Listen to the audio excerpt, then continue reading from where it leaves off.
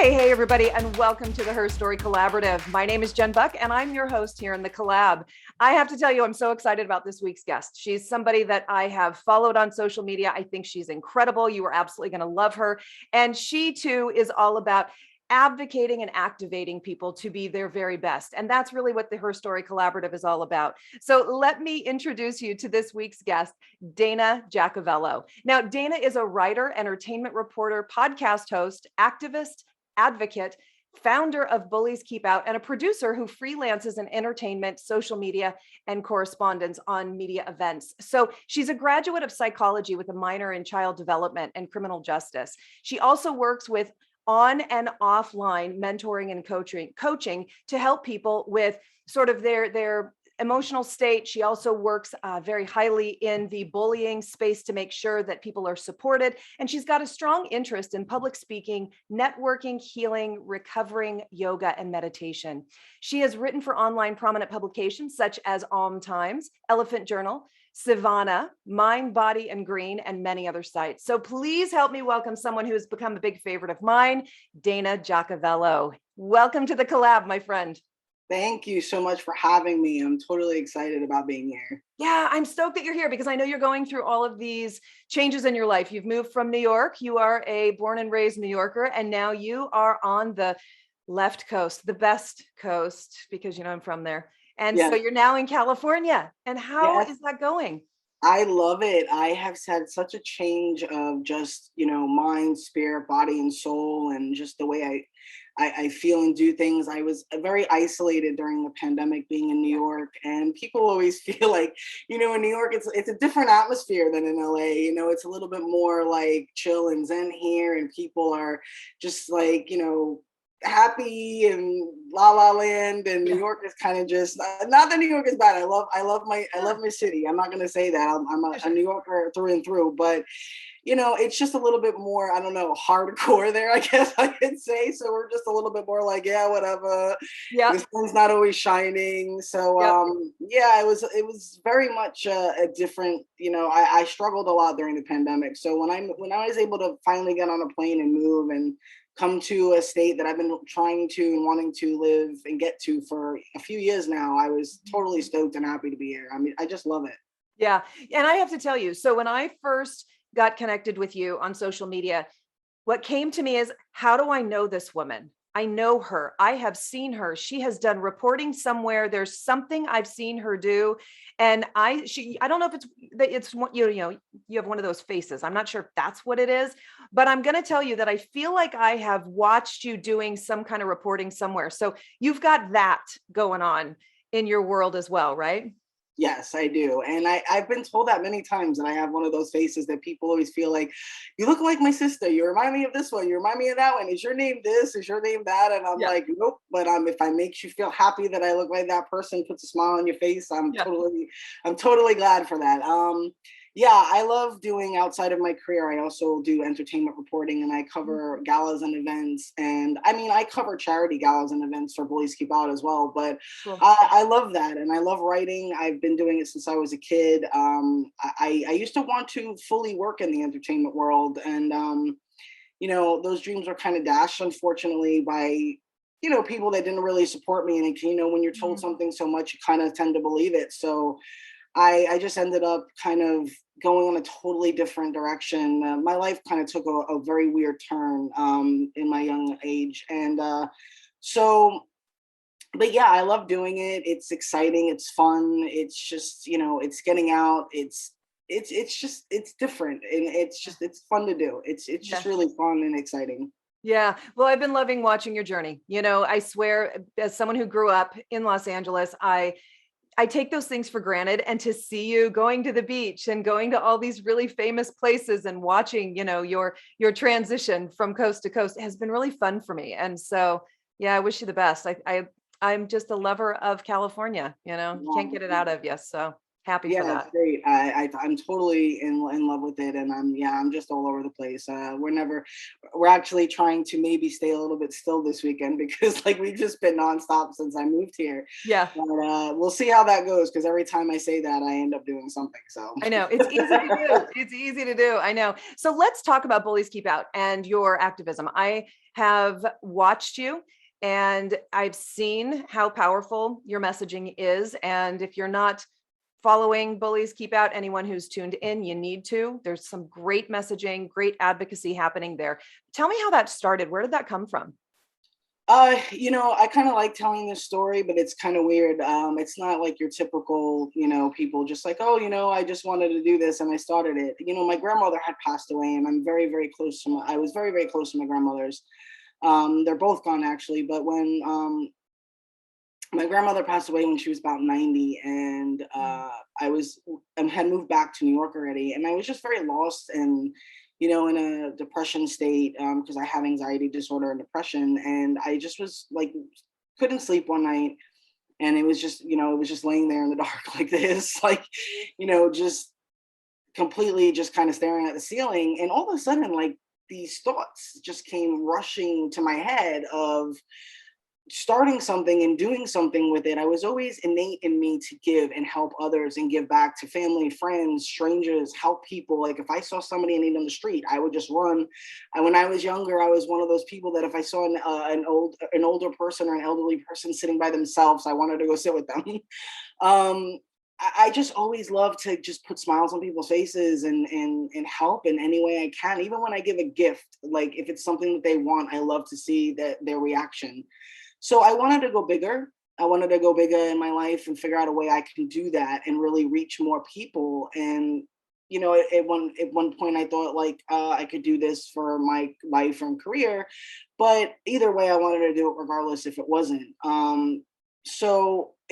Bullies Keep Out, even the name, everything just came rushing to my head. And I'm like, I'm going to do this. I'm going to wake up in the morning, and it's not going to be one of those things that we say we're going to do, like we're going to work out and then we don't, or Yep. we're going to stop eating sugar, we don't. So I got up, I did it, and I haven't looked back since. I started out slowly, we started out, getting a website up, and then just the basics of social media. I wasn't too active and too crazy in the beginning, but slowly it started kind of to take off. We started getting amazing advocates working with to help spread the word and help me, spread the message. And we just started doing more and more things. And that's kind of how it started. I felt like it was a gift from my grandmother when she passed. Wow. I love that. I love that. This pandemic has been really tough on kids. It's been tough on everybody, right? But I worry the most about kids. I worry about these teens, these 20 somethings who are dealing with, some type of mental challenge, whether that's anxiety, depression, maybe it might be an outside influence with abuse, but they're dealing with some pretty heavy stuff. And then you add in COVID, now they're isolated. And we've seen the abuse rates go up. We've seen the suicide rates go up. And I know that has activated you quite a bit, even more so during this time.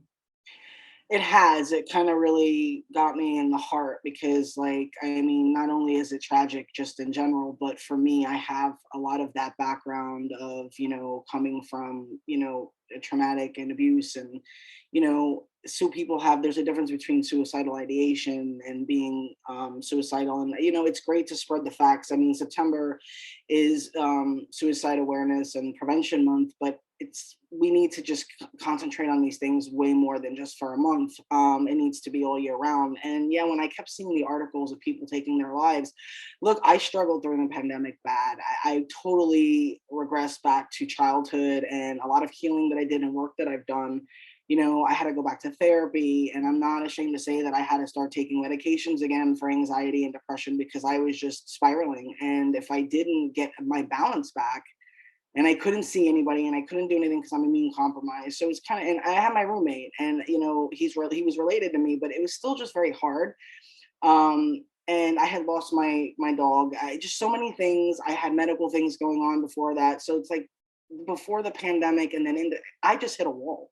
Yeah. And it's very easy to hit those walls, and I can relate. And it was just, I was trying to push so hard. I started doing, like, I think weekly I was doing lives. Just I kind of went off my script of the bullying lives, and just to make people laugh, to make people happy, to have conversation, to escape being alone at home.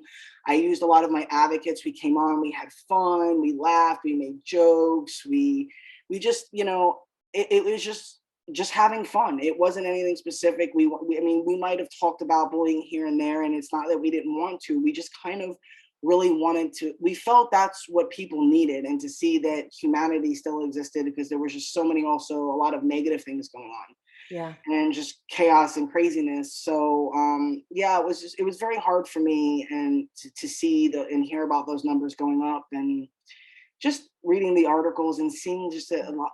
I just felt like we weren't seeing enough people that cared about it. I was like, we're not doing anything about this, and Yeah. this is destroying people's mental health. I mean, Yeah.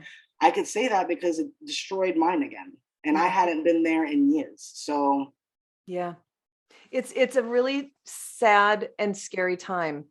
And the hard part is, it just feels like we don't have control right now of what's going on, and so many are getting lost in the shuffle.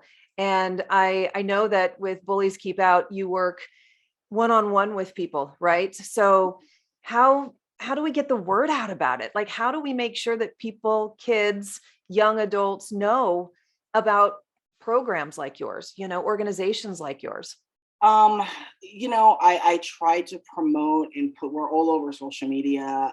I have a lot of my advocates that are always spreading the word. We work with a lot of public figures, which, for one, because they have large platforms, and when they Yes. share the information and they share posts, or they do a live, or they talk about it, and people come in and they see somebody that they look up to or they admire, because people always wonder, oh, like, they always wonder why sometimes people have celebrities for organizations, and it's like, well, it's for the purpose of, number one, they're for the cause. Number two, what organization doesn't?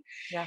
And they want to work and help and give back to, just like any other human being. We're all human beings, Yeah. and they're not any different level of being a human being, even, so they're people just like us, Yeah. behind the computer. They're regular people, and they have really big platforms, and they use them for good. And so Yeah. that's why so many organizations, also work with them to help spread whatever it is that, we need to get out there. So that's a lot of the times I work with them as well on and getting the word out, or things like this, interviews I've done, articles that I've, written interviews.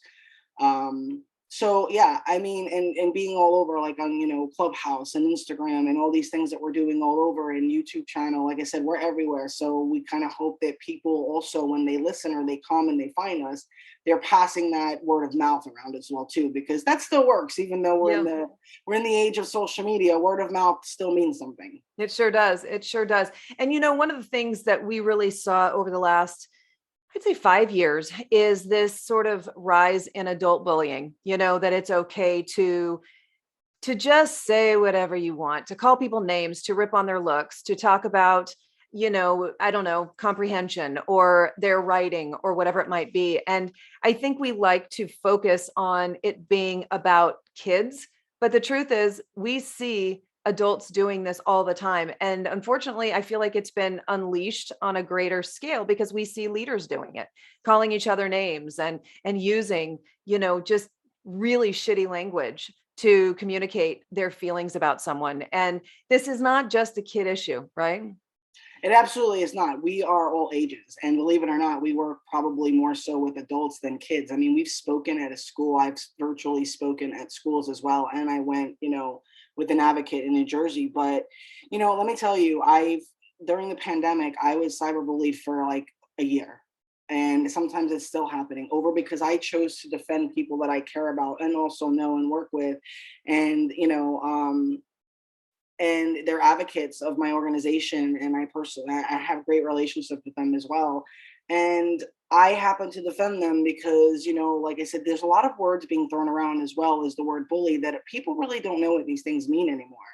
Like everybody's a bully. Everybody's like everybody, it's like racism, homophobia, transphobia. Like these things have to be used appropriately. Yeah. Not we're just throwing them around irresponsibly and we're just saying to like somebody says something and right away you're a bully. It's like, no, you could have fights, you could have disagreements, you could have debates, you could curse each other out, you could friends do that. People fight with friends and family. Like people don't know, and that's why I want to educate so much what bullying actually is, and a lot of these words like and xenophobic and all these things that I see Yes. being thrown around so irresponsibly and wrong and inappropriately, and it really pisses me off because like I get angry like everybody else. I have my flaws and my faults. I'm not perfect, but I guess coming from the abuse background, there's lots of forms of bullying. We partner with Face Forward LA. They do domestic violence and they work with sex trafficking as well. And they do incredible work. We partner with a few people, and adults get bullied a lot. I mean, that's a lot of when I go on Twitter, that's what I see. And I barely want to be on it anymore. I actually deactivated from Twitter for a while. Yeah. The bullying seeing what everybody has gone through and helping people, and then having gone through it myself, never having been through something like that, it makes you feel deflated, defeated, and then just completely like it just takes you back. It destroys you, your mental health inside. It makes you angry. It kind of makes you like for a little bit a person that you don't really want to be, because you're just like you're trying to put up walls and you just kind of get tough and you don't really know what to do. And some people have suicidal thoughts and ideation, and from it, it's just the cyberbullying, harassment, and stalking is completely out of control. And these applications and these social media apps aren't doing a damn thing to help.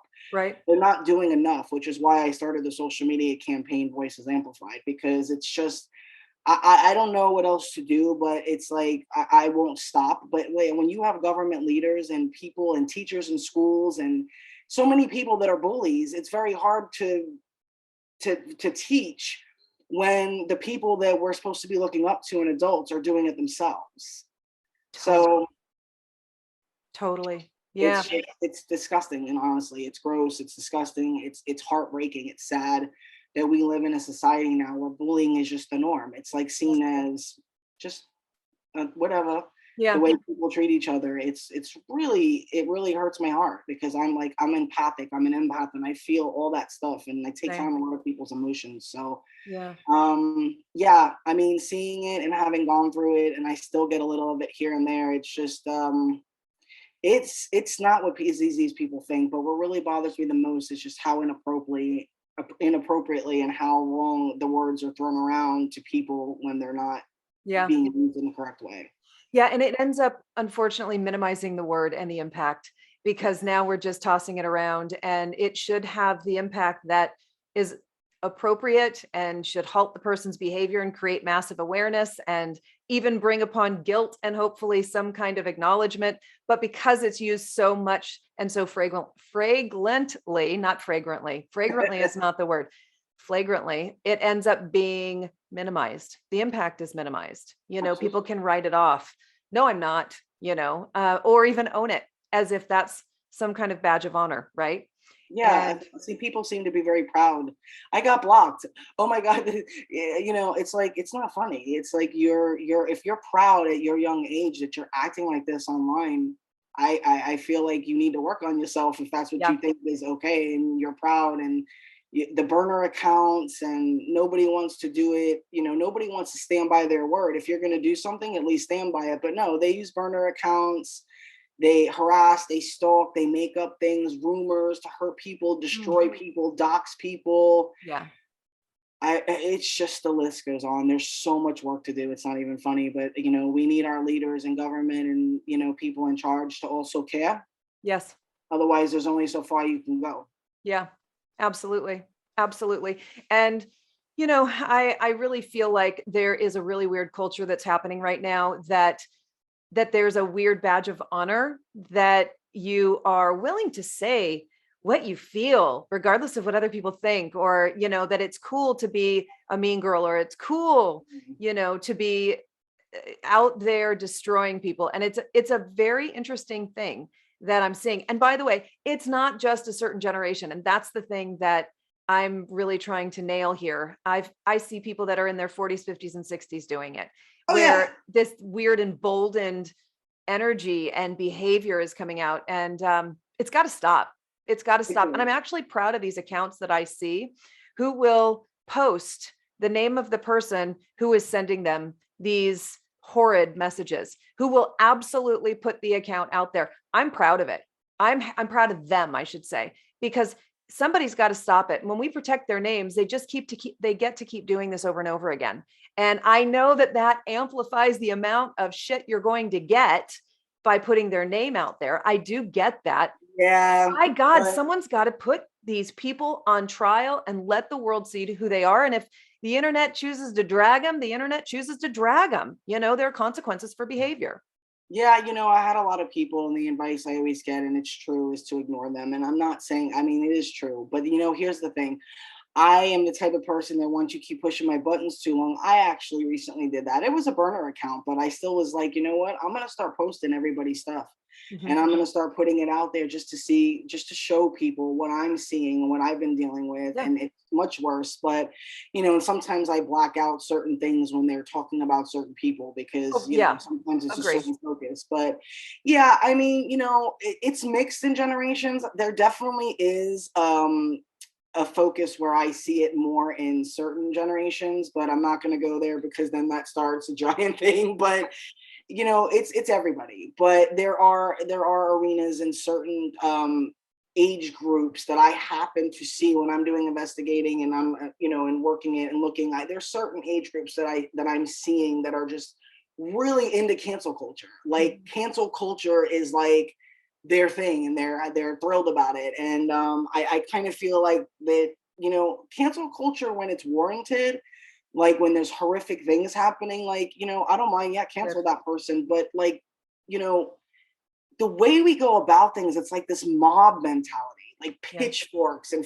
like, I'm not like that. I'm not for that. It's not my style. Right. Just not the way I do things. I think people, we're in more than a COVID. We're in more than one pandemic. There's addiction, there's abuse, there's bullying, there's harassment, there's stalking, there's hate. We have a lot of epidemics going on that need to be worked on, and we have a lot of work to do. Yeah, no, I couldn't agree more. And I think that acknowledging that there are several pandemics going on is very accurate. I absolutely agree. So I want to transition here into some quick speed round questions. It gives me a chance to get to know you a little bit better. I know that the audience gets a chance to hear some of your deep and sometimes quirky answers. And so I'm going to throw about 10 questions at you. You just answer with what comes to mind, and we'll just get through them. Cool? All right. I feel like I got to use my brain on this one now. I know this is the place. Yeah, we didn't need your brain before then, but we do right now. Yeah. All right. Okay. All right. Engaged. Here we go. So if you were given an hour with any woman from history, any woman, who would you choose to spend an hour with on a park bench? I would probably have to say, I mean, the list is long. That's a crazy one. There's probably, I'd have to say, they could be alive, right? Or absolutely. I mean, but if it's someone from your past, it could be someone from history. It doesn't matter to me. Yeah, I mean, I'd have to say that, if I could have an hour on a bench with someone right now, I would love to see my grandmother again and sit on a bench and have a conversation. On Sundays, I used to always go to her house and sit on her couch and talk.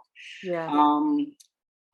Or like Marilyn Monroe, Dolly Parton, Audrey Hepburn. I mean, Lucille Ball, or just some other people. Yeah. Totally. Of course, you have like women, like historic women that have just done incredible things. It's just the list would be just I'm not a person that can ever make a decision on one. Noted.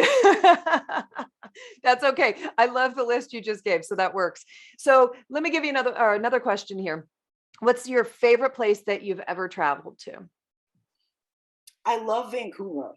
Canada is beautiful. Vancouver's beautiful. I work with a lot of people over there, and it's just stunning. The nature, the beauty over there. I love how they, the buses say sorry. They're very apologetic there. I fit in good there because I feel like I'm always saying I'm sorry, and I'm not even there's for nothing. But I feel like, yours always go sorry. Oh, sorry. Oh, So. Yep. Yeah, you know what I'm talking about. I think a lot of us do that, but it's a beautiful country. Unfortunately, I haven't been to some places that I want to go yet that I could say are beautiful just from other people going there. But I have to say Vancouver is one of the most beautiful places that I travel to.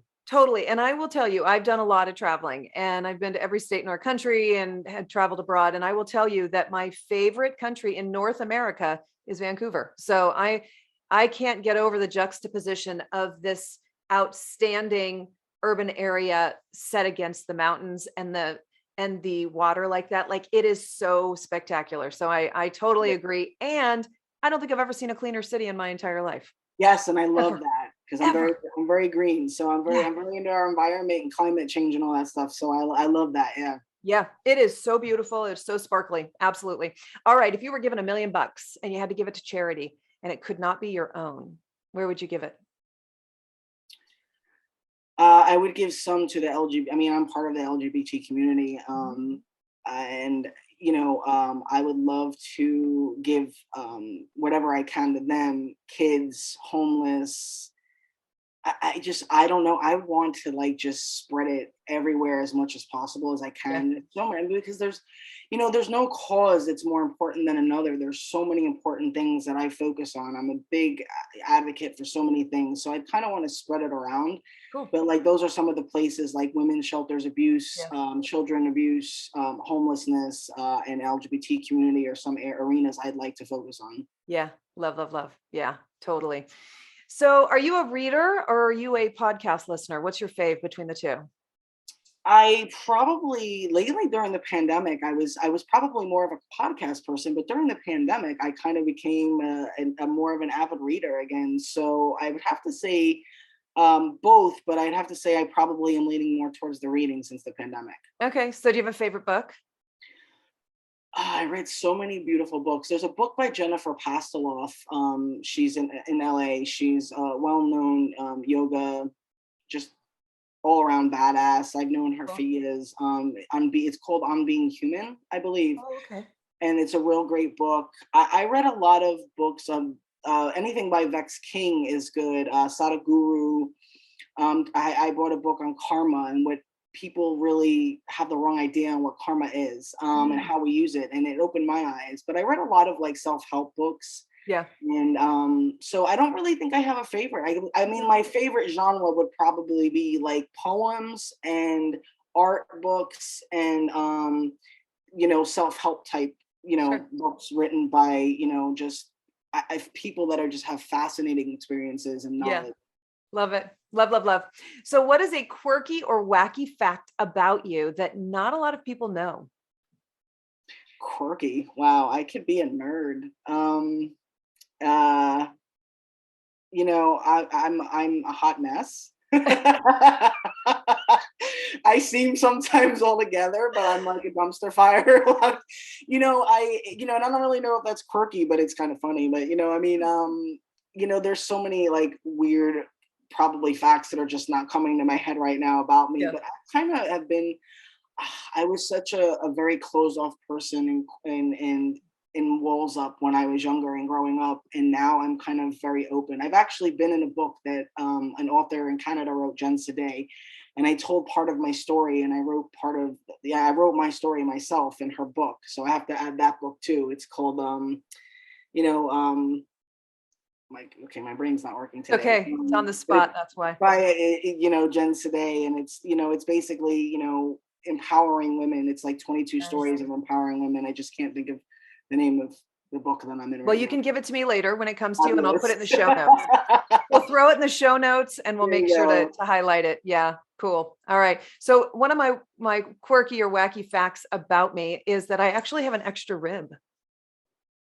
I know. Wow. On my left side, which makes me like Eve plus. I think. Yeah, I don't have anything extra. I'm missing a spleen, but I don't have Oh, anything extra. okay. That's interesting. I've also got these weird tori bones that grow on the inside of my mouth behind my teeth. So it looks like I've got like big, huge teeth growing out of the back of my teeth. It's the weirdest thing. They're called tori. And I've Yeah, got, I've had teeth grow in the back, but I think it's because I fell on my face as a kid and might have, I don't know. I remember teeth growing from up here when I was younger, and yeah, then from the back, I was like, but I yeah, fell and hurt my gums and stuff. So I don't know if that was why, but probably should have yeah. anyways. Yeah, mine aren't teeth. They're just huge, huge, huge bones. And it's right under where my tongue sits. And you can see them like I can Uh, feel them protruding. I'm not going to show you now, but just know they're awful and gross. but I don't know why I have it. So anyway, tori, there you go. There's your dentistry lesson for the day. All right. If you could have a superpower, what would it be? teleportation, man, just Yes. travel all over the Yes. world. Yes. Yes, Me that was what too. I would do. Just Absolutely. put me in Italy, right there, Rome, Now. Venice, everywhere, bro. Yes. Just put me there. Yep. Yep. I am dying to go to Portofino and Lake Como. Like I cannot tell you. Like I have so many hashtags that I'm following around Portofino and Lake Como. Every day on my social feed, I'm just dying over the beauty. So yes, teleportation is totally mine too. I mean, I'm Italian, so never having Yeah. been to Italy, it's definitely on my list. Yep. Yep. Yep. Yep. All right. So what's your most treasured item? Anything that I've gotten from my grandmothers. Beautiful. They've given me things over the years, and I cherish them. Like people will be like, "What is this little like thing?" And I'm just, it doesn't have to be anything specific. For me, it's just like everything that they've ever given me holds something special. Just because I was so close to them, and they were such big pieces of my heart. And Yeah. also, is dark as this is gonna maybe sound, Bella's ashes, my dog's ashes, and I saved her one bone. She didn't play with dog toys, but she played with one bone, and I keep Mm, that in front of it. So yeah. as weird as that might sound to say that's one of Not. my treasured possessions, it is because I Yep. feel like she's gonna always be with me. So Yep. I've got my dad's in my room right now, and it is if there was a fire, it's what I would grab. So I yeah. get that. I mean, I totally get that. Not dark. Now, if you told me that you had like your dog's teeth on a necklace, I might say that's really dark. They did pull her teeth like Stop it. a few years ago, and they put them in a thing for me, and I'm like, Stop it. Oh my gosh. Okay, that was way too close to home, and that's hysterical. So you are dark and weird. Did you keep them? I did. I was like, oh, I'll keep her baby. They pulled him. I guess I'll just put him in like, her folder with all her other stuff. And like, I think they're still there. Hopefully you have not considered putting them on a chain. The No, minute I you will put them not on do a that. chain, But it's Dana, kind of we're like when you done. keep a kid's umbilical cord. Look, We're that's weird, but I have gone to places and I'm like, what is that? And I'm like, that's your umbilical cord for the kid, huh? Yep. And I'm Oh like, God. just out there right on the dresser, just throw. Oh God. Yeah, no, that is not gonna, that's dark and weird. That would be dark and weird. All right.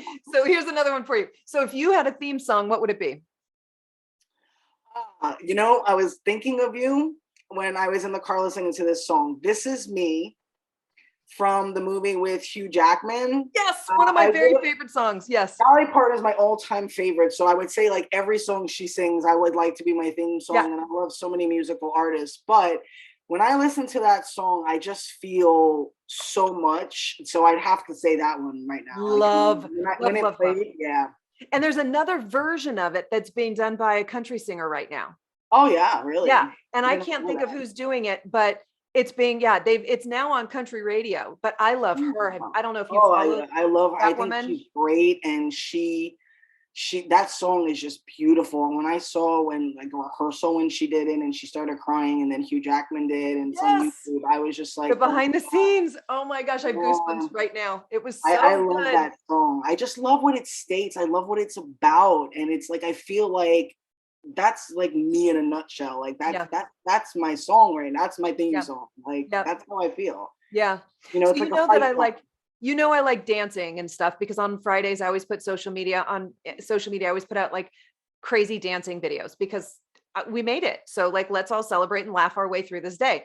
And so this won't surprise you when I tell you this, but The Greatest Showman is one of my all-time favorite movies, which does not mean that I've got a horrible choice in movies. It just, there's so much joy in that movie. There's so much Yes. depth in that movie. And that point hits every time and I'm a mess. And I've seen, well, we own it. So I have probably seen it 100 times. And that point hits and every time I cry. Like that's it. That's Yeah. where the swell happens from that point on in that I'm whole telling movie. you, it's a great part of the movie. And one of my favorite movies is 9 to 5. But like I just said, Oh my gosh.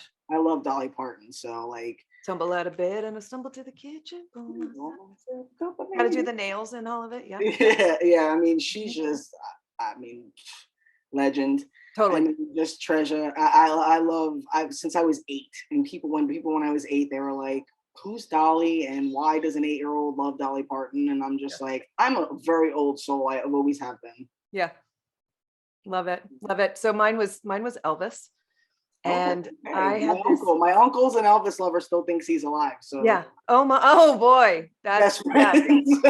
We're taking it to another level. Yeah. But I was weirdly fixated on Elvis from the time I was very little. And it didn't make any sense because, you know, he was like really old, you know, like on the, I want to say he was like on the casino tours by that point. So there's Yeah, no reason that like an 8-year-old should like him.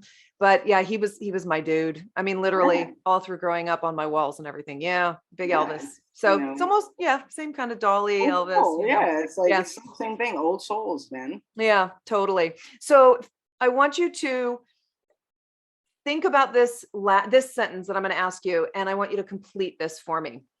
When I'm really, really old, I hope to see. Change. Mm, I yeah. mean, peace, change. I mean, the first word that came to my mind was change. Hmm. Um, and because we need so much of it. And I think that by the time I'm really old, if I don't see it, I think it would make me very sad. Yeah. That if we don't change, we have to change. Our society has to change. Our world has to change. And if this pandemic showed me anything, it was that. Yeah. So many people that just you found out who so many people were that got called out, rightfully so. Yeah. You just found out so many things, and it's like it made you feel like, do we ever really know people? But yeah, change, man. I mean, by the time I'm old, I want to see change. I want to see bullying get better. I want to see people treating each other better. I want to see just kindness and love and people getting along and happy again. And just I don't know. I mean, when I was young, I'm 42 years old. So when I was younger, I kind of felt like the world was a very different place. And now it's I don't know. I kind of feel like it's the complete opposite. I'm not saying it was perfect in any way whatsoever, but it was just when I think about that time and I think about now, I just Yeah. feel like I'm in outer space. I don't know. I Yeah. just feel weird. It's Taking a just weird turn. it's changed a lot in good ways, but I don't even watch the news anymore because it's so depressing. Yeah. A lot of Um, PTSD too after. yeah, I mean, I got diagnosed with criteria of that, and it added to the list. It's like Mm, anxiety and depression, and then criteria PTSD, and you know, um, you know, like I said, the therapy helped me greatly, and I recommend it for everybody, just in general because it's just good, man. yeah. Sometimes you need an outside opinion, and it's not anything to be shameful of. Neither is medication if you need it. Yes. Some people do, some people don't. I don't push for it, but I'm just saying if you need it, don't be afraid to take it. But Yeah. I think right now more than anything, a lot of people had to regressed. So Mhm. yeah, if there's anything in the world that I want to see, it's great change. Yeah, I agree with you totally. Dana, you are remarkable. And I'm so glad. Like I told you when we first started, I feel like I know you. So, forgive the over familiarity, but I really do feel like I know you because you are a daily part of my life, whether you realize it or not. Right. I mean, just the interaction and the connection Yeah. that you know what someone's doing. And I really know that people are going to want to get connected to you. You are remarkable. You do such great work in the world. How can people find you? You can find me everywhere. I am back on Twitter, Dana Jacoviello, Instagram at D Jacoviello. BulliesKeepOut.com. We have at Bullies Keep Out LLC. We have a Facebook fan page, Bullies Keep Out. I have a writer fan page, Dana Jacoviello. I am on Clubhouse, Dana Jacoviello. I mean, I don't use Yep. any special. It's pretty much D Jacoviello or Dana Jacoviello. Got it. So Twitter is at Bullies Keep Out as well. I'm on LinkedIn. I don't even know. Are there any apps left? I mean, like TikTok. I mean, Bullies Keep Out is on TikTok. Dana Jacoviello is on TikTok. So what we'll do is I'll make sure that I get all of your links and we'll put them in the show notes so that people can find you and follow you. Because I know for me, it's like really hanging with a friend, because you do go live and you show your life. There really isn't seemingly any limitation to how transparent you are. And it's really fun to see not only how you live and how, what you're doing throughout your life, but the good work that you're doing to help people make sure that they're healthy and happy and strong and protected. And I just really admire you. Thank you. And if it wasn't for all the people that support me and people like you that help me get the word out and, want to interview me and, or talk to me and, help me spread the word. If it wasn't, my friends and just, Ohana, which means family from Stitch. Family. Stitch. If it wasn't for all those things and supporters and the fans that I do have and everything that I do and support me and appreciate, I wouldn't be doing it all. And, it's just, I feel like I've came a long way, and I appreciate everybody that's been there and all the new people like yourself. And, I think those are the best relationships, when you kind of meet somebody that you feel like, and you're familiar with, and you see all their stuff and you get to know each other in different ways.